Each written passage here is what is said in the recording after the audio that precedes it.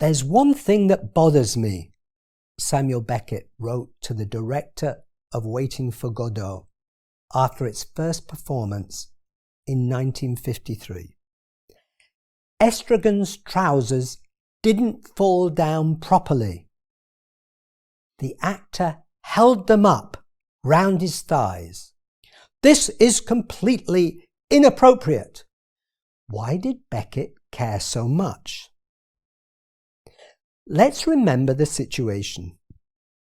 Two men, Estragon and Vladimir, are waiting to meet Mr. Godot. They're hoping he will give them assurance and protection.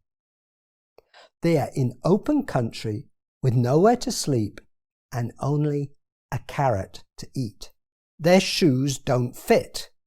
Their feet hurt. They have no future. They need help. But each day, a messenger announces that Mr. Godot can't come today, maybe tomorrow.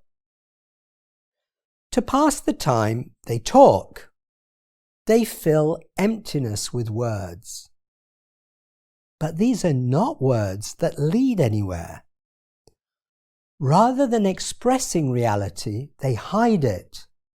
Or rather, they are part of the reality of despair.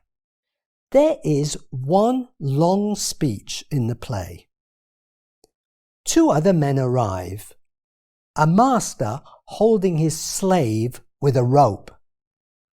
"Think, pig," orders the master, and the slave, Lucky, launches into a monologue of confused theological, philosophical, scientific nonsense.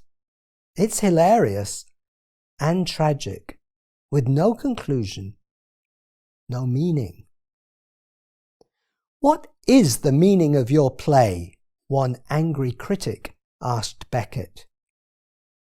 "If you want a noble meaning," Beckett replied, "to take away with your chocolate ice cream, I can't see the point, but I'm sure it is possible." It was possible because Beckett fills his play with names and allusions that might mean something. The name Godot in particular. But actually, he's making fun of us, making fun of our desire for meaning where there is none. Language appears to me like a veil, Beckett said, that must be torn apart to get at the things or the nothingness behind it. Which brings us back to Estragon's trousers. Frustrated, Estragon and Vladimir decide to hang themselves, only they don't have a rope. "There's my belt," Estragon says. He takes it off and his trousers fall down. "To the ankles," say the stage directions. Behind all the senseless words, one experience is undeniable: the naked body, mortality. It had to be shown. A last reflection. Godot was written after a war that made millions of people homeless and hungry. Beckett himself walked across France to escape the Nazis, suffering greatly from sore feet.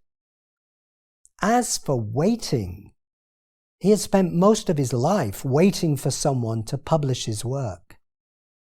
So, although the situation in the play seems absurd and unrealistic, the feeling was recognizable. Soon, Waiting for Godot would be the most popular play of its time, and Beckett would travel the world making sure that Estragon's trousers fell right down to his ankles.